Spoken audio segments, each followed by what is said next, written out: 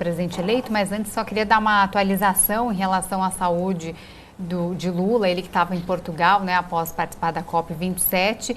A gente tem informação aqui que ele foi internado para retirada de uma lesão na laringe. Segundo a jornalista Mônica Bergamo da Folha, ele foi internado ontem, então, no Sírio-Libanês para retirada dessa lesão, né, uma cirurgia na garganta. O procedimento já foi bem sucedido, já teve alta, ele foi atendido, então, pelos médicos ali. Exames de rotina foram feitos no sábado e depois desses exames, então, constataram que era necessário, então, fazer essa cirurgia. Eles também mostraram a remissão do tumor diagnosticado em 2011.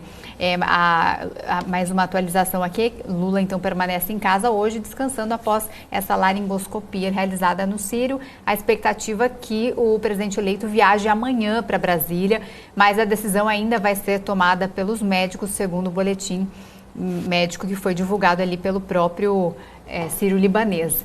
E a gente falou mais cedo, né, que caso realmente ele esteja disposto ali, que ele seja liberado pelos médicos, deve acontecer uma reunião ali com possíveis candidatos à presidência da Petrobras durante essa semana, né? Ainda não foi divulgada a data, justamente pela Comissão de Saúde dele.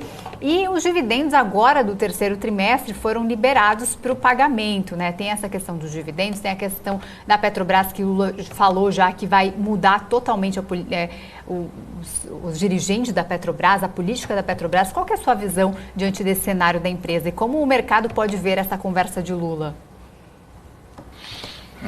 Sobre a decisão, a gente sempre fica com receio de interferência na companhia, né? A nossa área de análise, ela até retirou das carteiras, né? Vem já destacando, né? Preocupada com relação aos ativos, Banco do Brasil, por exemplo, interferência, crédito, inadimplência, preocupação que o banco fosse utilizado para isso. A mesma coisa na Petrobras, que a gente já viu discurso de preço de paridade internacional de que não precisava fazer, porque os custos são em reais. Não, os custos não são em reais, os custos são dolarizados, porque é uma commodity. Então, desde salário, extração, né, o lifting costs, ou seja, o custo de extração, são dolarizados. Ah, mas vivemos no Brasil. Sim, vivemos no Brasil, mas todo o maquinário é feito, tem o seu preço em dólar. Para você produzir uma plataforma, preços em dólares, então não pode se olhar, a gente produz no Brasil e pronto, o salário é em reais. Sim, o salário é em reais. Só que se o profissional for trabalhar numa empresa estrangeira, ele vai receber em dólares, como é feito em qualquer lugar do mundo, dado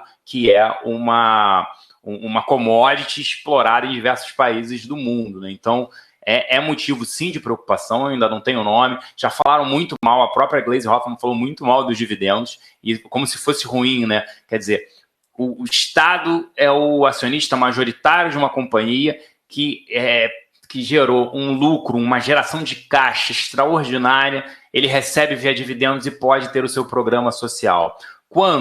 E aí ele pode distribuir para aquela população que não tem renda, né? Que tem um problema de renda.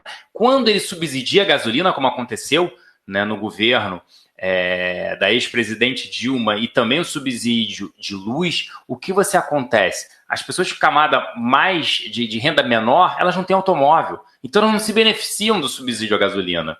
Então, e depois, quando você teve o preço, né, represado, quando liberou o preço, teve uma inflação extremamente alta, ou seja, as pessoas de menor poder aquisitivo, elas só dividiram a inflação. Elas não se beneficiaram daquele custo da gasolina menor. As pessoas têm a dificuldade de entender isso, né? É bom represar preço. A gente vê o problema na Argentina, vê o problema na própria França e em outros países, na própria Venezuela.